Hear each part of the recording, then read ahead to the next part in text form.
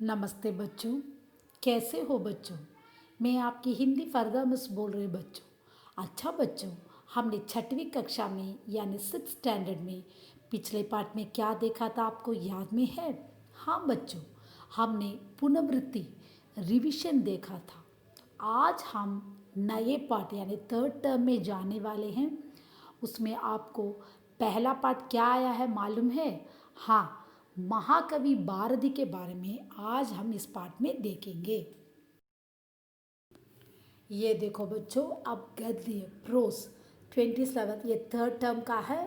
First देखो topic क्या है, शीर्षक महाकवि सुब्रहायन भारती। सो उनका पूरा नाम यही है।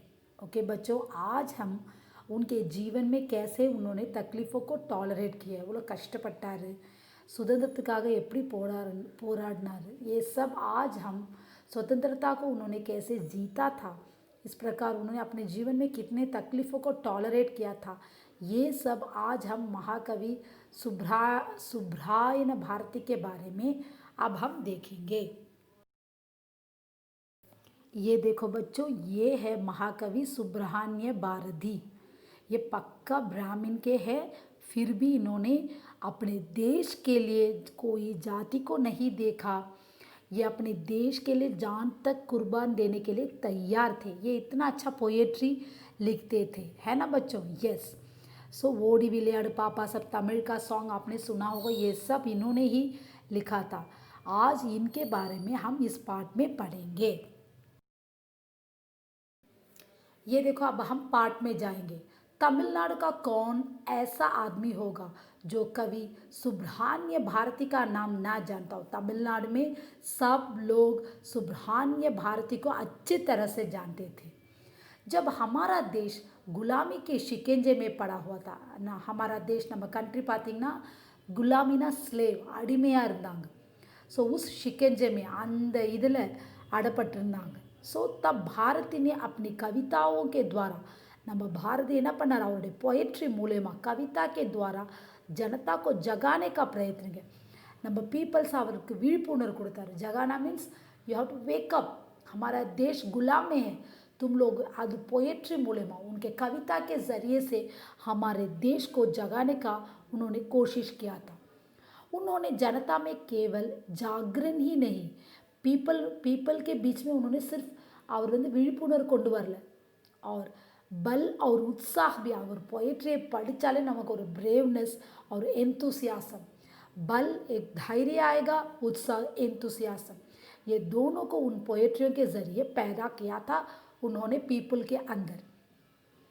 उन्होंने जनता में केवल जागरण ही नहीं, हाँ, सिर्फ पीपल को उन्होंने जागरण नहीं किया था, अपितु ऑलवेज सपोज जनमानस में बल और उत्साह और भी संचारण किया। संचार मीन्स वो पोएट्री में उतना अच्छा सा मैसेज दिया था, इन्फॉर्म किया था, उन्होंने बल दिया था वो पीपल के लिए, और वो एंथुसियास्ट एनर्जेटिक किया था, पीपल जागो, हमारा देश स्लेव में है, उसे हमें छुड़ाना है, आज़ाद कराना है।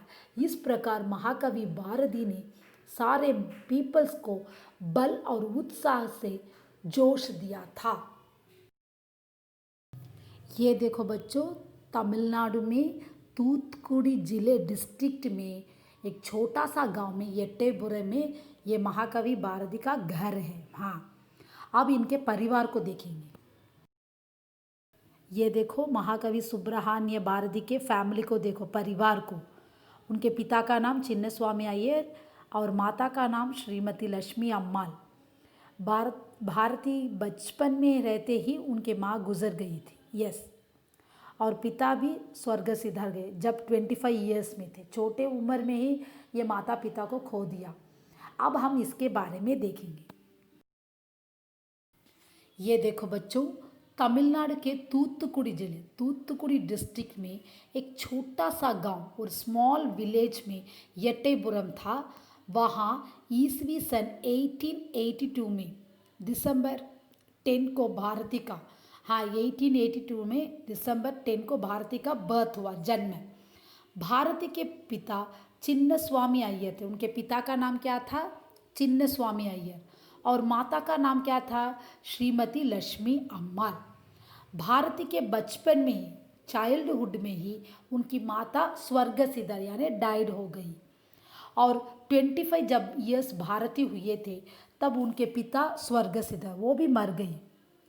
भारती अपने बचपन से ही कविता लिखकर होनहार बिरावन के होते चिकने पात कहावत को चरित्र मीन्स उनके कैरेक्टर में लेकर आए थे। हाँ, एक धान ஒரு நெல் இருக்குது அப்படின்னா அந்த க்ராப்பில் நெல் வந்து நல்லா இருந்தால் தான் அந்த அரிசி வரும். அது மாதிரி தான் ஒரு சைல்டுஹுட்லேருந்தே அந்த பொயட்ரி அவ்வளோ அழகாக அவர் எழுதியிருந்தார். यस, होनहार मीन्स वेरी क्लावर थे ये बचपन से ही, वो उनके कैरेक्टर में वो सच था, ये कहावत उनके लिए करेक्ट है। यट्टेपुरम के ज़मींदार के यहाँ कवियों का आदर सत्कार होता था और कवि मंडलों में होती थी। सो यट्टेपुरम में एक ज़मींदार के जगह में पोएट्रियों का जो पोएट लिखते थे उनका रेस्पेक्ट किया गया था। वेलकम, ज़मींदार लोग पोएट्रियों को बहुत अच्छा से, ग्रुप भी था वहाँ पे, पोएटर का ग्रुप भी था। तब महाकवि हमेशा उसमें शामिल होकर जीतते थे। कवि मंडलों में बालक भारती भी भाग लेते, पार्टिसिपेट करते थे। भारती के पिता भी तमिल के अच्छे विद्वान थे, वो वेरी गुड स्कॉलर थे। भारती के पिता भी तमिलोड़े और नल्ल पेरिय स्कॉलर है। अतः भारती बचपन से काव्य रचना करने लगे थे। सो वो चाइल्डहुड में ही बहुत अच्छा सा पोएट्री भी लिखते थे। स्कूल पढ़ाई के बाद आफ्टर फिनिशिंग स्टडीज़ इन्होंने क्या किया था? हाँ, भारती बनारस में अपनी बुआ के पास 3 साल रहे। 3 வருஷம் அவங்க आंटी अत्तेयोड़ இருந்தார். बुआ आंटी है, तमिल में अत्ते बोलते हैं। वहीं रहकर उन्होंने इलाहाबाद विश्वविद्यालय के प्रवेशिका परीक्षा किया. हाँ, அங்கே இலாஹாபாத்தில் அவங்க ஆன்ட்டி இருந்தாங்க, அத்தை இருந்தாங்க. सो वहाँ पे वो स्कूल में उन्होंने प्रवेशिका बहुत अच्छा सा पास किया था और हिंदी में अच्छा नॉलेज भी था हमारे महाकवि भारती को. सो एट्टेपुरम के ज़मींदार से निमंत्रण, उनसे एक पत्र आया था, तुम अपने गांव वापस आओ. तब उन्होंने अपने गांव को फिर गए थे महाकवि भारती. कुछ समय तक वे उनके यहाँ नौकरी कर, ज़मींदार के घर में नौकरी की थी उन्होंने. इसी समय उनका विवाह, उनके गांव में उनका शादी भी हुआ था. तब महाकवि भारती का उम्र क्या था? 16-17 16-17 ईयर्स में हमारे महाकवि को शादी यानी मैरिज हो गया. 19 बरस की 19 ईयर्स में भारती को अपनी जीविका, अपनी लाइफ को चलाना, क्योंकि आपका उनको फैमिली बन गया, उनको पत्नी आ गई और बच्चे, बाल बच्चे होंगे, इसलिए उन्होंने क्या किया था? अपने परिवार को अच्छा सा ग्राउंड अप करने के लिए वो गांव को छोड़ दिया, अपने यट्टेपुरम को उन्होंने छोड़ दिया था. पहले कुछ समय तक मदुरई में काम किया था. क्या काम किया था मदुरई में बोलो बच्चों? टीचर का. वे तमिल को बहुत अच्छा चाहते थे, इसलिए उन्होंने मदुरई में टीचर की नौकरी यानी अध्यापक की नौकरी उन्होंने किया था. फिर उन्होंने क्या काम किया था आपको मालूम है? स्वदेशी मित्र नामक एक अखबार, एक प्रेस था, उसमें उन्होंने काम किया था. ये देखो बच्चों, उन्होंने स्वदेशी मित्र வந்து अखबार में एक सहायक संपादक, को-वर्कर एंड एडिटर थे. அந்த प्रेसல उन्होंने काम किया था. संपादन कार्य के साथ अपनी तेजी वाणी को प्रकट करने के लिए और अपने देशवासियों के विचारों में क्रांति पैदा करने हेतु निरंतर काव्य रचना करते रहे. ஸோ அந்த एडिटराக இருந்துக்கிட்டு அவர் என்ன பண்ண, அவருடைய பயங்கர हेवी वॉइस में उन्होंने अच्छा सा हमारे देशवासियों को, हमारे कंट्रीज़ के सिटीजन्स को उन्होंने एक अच्छा सा रेवोल्यूशनरी के पोएट्री को बहुत अच्छा सा उन्होंने क्रिएशंस किया था. अपने साहित्यिक योगदान, लिटरेचर को वो योगदान देने के लिए भारतीय जनता के बीच अत्यधिक लोकप्रिय, वो हमारे इंडियन पीपल्स के बीच में इन्होंने बहुत अच्छा फेमस हुए थे.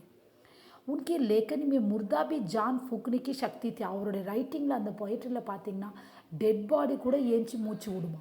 यस, वही तो, डेड बॉडी को भी वो सांस देने में उनका पोएट्री उतना रेवोल्यूशनरी के रूप में था. देशभक्ति से भरी हुई उनकी जोशीली कविता घर घर में उनका देशभक्ति, वो कंट्री डिवोट, हमारा इंडिया का कंट्री डिवोट का वो जोशीली ब्रेवनेस पोएट्री हर घर में जाने लगा. ये देखकर सरकार के कान खड़े हो गए, ब्रिटिश के कान सब गुस्से में खड़े हो गए। भयभीत होकर सरकार ने उनकी सारी कविता को जब्त कर लिया। हाँ, उन्होंने सारे पोएट्री को स्टॉप कर दिया। ब्रिटिश लोगों ने उस जमाने में वैसा ही करते और महाकवि भारती को कैद करने के लिए तैयार, रेडी, अरेस्ट करने के लिए हो गए। कैद होने से बचने के लिए सन 1908 में भारती पुदुचेरी आ गई। सो उन्होंने कहा हाँ, ये 1908 में पौंडीचेरी को आए, वहाँ रहकर जनता की सेवा कर, वहाँ भी पीपल को उन्होंने सेवा किया था। पांडिचेरी में उन्हें कई तरह के, क्योंकि पांडिचेरी में कोई भी नहीं जानते थे महाकवि भारती, उन्होंने बहुत कष्ट को सहा था। इसके बारे में उन्होंने स्वयं बताया है कि पांडिचेरी को का मेरा जीवन आर्थिक दृष्टि का नरक तुल। तब उन्होंने सीधे बताया कि पांडिचेरी और लाइफ नरकमा हेल। खाने के लिए कुछ नहीं मिला, कमाने को कोई रास्ता नहीं था, कर्ज तक देने वाला कोई मित्र नहीं था, சாப்பிட்றதுக்கும் ஒன்றும் கிடைக்கல, ஏர்ன் பண்ணுறதுக்கும் ஒன்றும் வேலை இல்லை, और கடன் கொடுக்கறதுக்கு கூட அவருக்கு யாரும் ஃப்ரெண்ட் இல்லை. साथ साथ सरकारी कर्मचारी और पुलिस के अत्याचार, हाँ, கவர்மெண்ட்டோடைய அந்த கோவர்க்கர்ஸ், அந்த போலீஸோடைய அத்தியாச்சாரம், அந்த கொடுமைத்தனம், இதெல்லாமே அவர் अनुभविச்சாராங்க. परंतु पांडिचेरी के शांत वातावरण, वो पीसफुल सिचुएशन में वे वावेसु अय्यर अरविंद आदि के संत संगति में उनकी प्रतिभा का पूर्ण विकास हुआ. हाँ, இவங்களெல்லாம் அவர் மீட் பண்ண உடனே அவருக்கு ஒரு நல்ல எஃபர்ட்டு, ஒரு டெவலப்மெண்ட் கிடைச்சது பாண்டிச்சேரி. उन्होंने किसे किसे मिला था? वावेसु अय्यर अरविंद आदि के संत, ये सब सेंट है, फेमस सेंट है. हाँ, लेकिन भारती की दयनीय आर्थिक स्थिति के कारण उनका स्वास्थ्य ஏன்னா அவருக்கு சாப்பிட்றதுக்கு எதுவுமே கிடைக்கல, அவருடைய நார்மல் லைஃப்னால அவருக்கு बीमार आ गए, उनका हेल्थ अच्छा नहीं था. आखिर सन 1918 में भारती फिर मद्रास आए. திருப்பி 1980 சென்னை के வந்தார். और नौकरी के लिए उनको कुछ समय तक इधर उधर भटकना पड़ा. அப்புறம் வேலை கிடைக்குது, இங்கே அங்கெல்லாம் रोम பண்ணுறார், भटकना पड़ा. अंत में दोबारा वे आधे स्वदेशी मित्रन सहायक संपादक बने. वो कोवर्कर में है एडिटर बने थे. सन 1921 सितंबर 11 को भारती का देहांत हुआ. 38 वयसले सीकरमा अंदर, क्योंकि उनका खान पान नहीं अच्छा था और उनका कमाई भी नहीं थी. और उन्होंने क्या किया था, 38 वर्ष में उनका मृत्यु हो गया था. 1911 को भारती स्वर्ग सिधारे, यानी डाइड हो गए. उनके मृत्यु का समय का उम्र क्या था? 38 ईयर्स. अच्छा बच्चों, यहाँ पे आपको ये पाठ समाप्त हो रहा. कोई डाउट है तो मुझे पूछ सकते हो. कोविड-19 में बाहर मत जाओ. धन्यवाद बच्चों.